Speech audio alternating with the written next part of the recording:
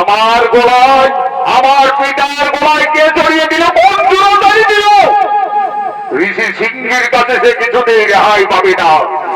এই মৃত সাপ হয়তো অনেক দিন আগে মারা গেছে, কিন্তু আজ এই হেন কর্মকে করল, যেই না করুক না কেন সিংহী মনির কাছে রেহাই পাবে না।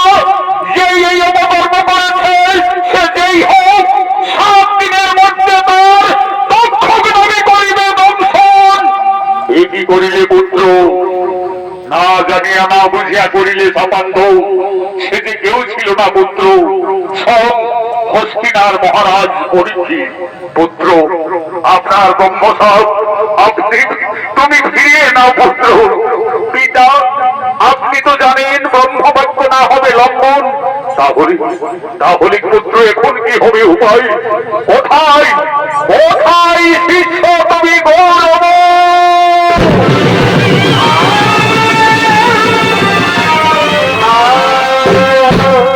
আদেশ করুন গুরুদেব।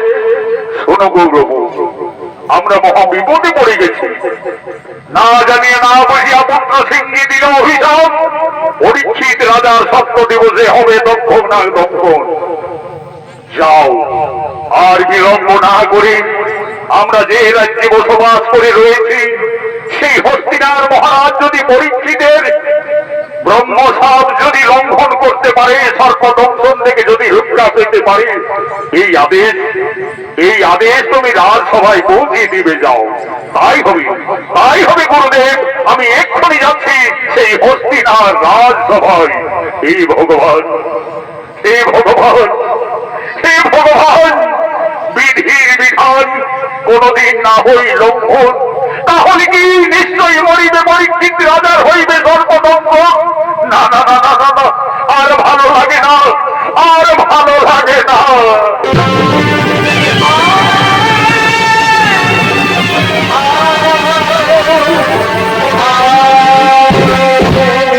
এমন সময় হস্তি দক্ষিণার রাজসভায় সমস্ত সেনাপতিগণ আগমন করছে।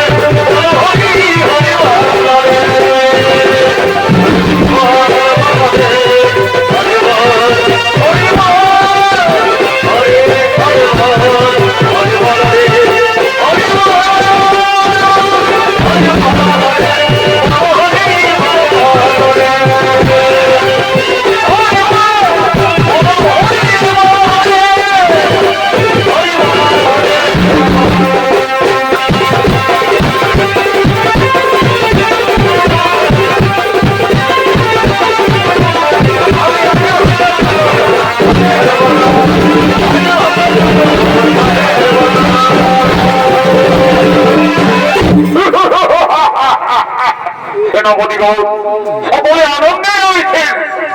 আজ যা ঘটনা ঘটলো জঙ্গলে, আমি এক হরিণ শাবককে তীরবিদ্ধ করেছিলাম, তারপরে যা ঘটলো না, সেই তীরবিদ্ধ অবস্থায় হরিণ জঙ্গলে পালিয়ে যায়। আমি এক ঋষি ধ্যানে ছিলেন, আমি জিজ্ঞাসা করলাম কিন্তু আমার কথার কোনো উত্তর দিল না। আমি ক্রোধী বসে ভর্তি হয়ে বৃদ্ধ সব জড়িয়ে নিয়েছি।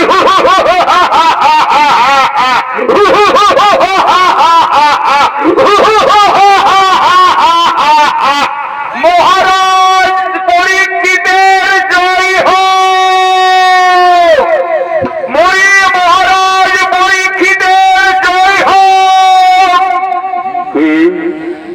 এই রাজসভায় পরীক্ষিত পরীক্ষিত বলে আমি শ্রমিক ঋষির শিষ্য গৌরব। কি হয়েছে, কি হয়েছে ঋষি? মহারাজ আপনি কালকে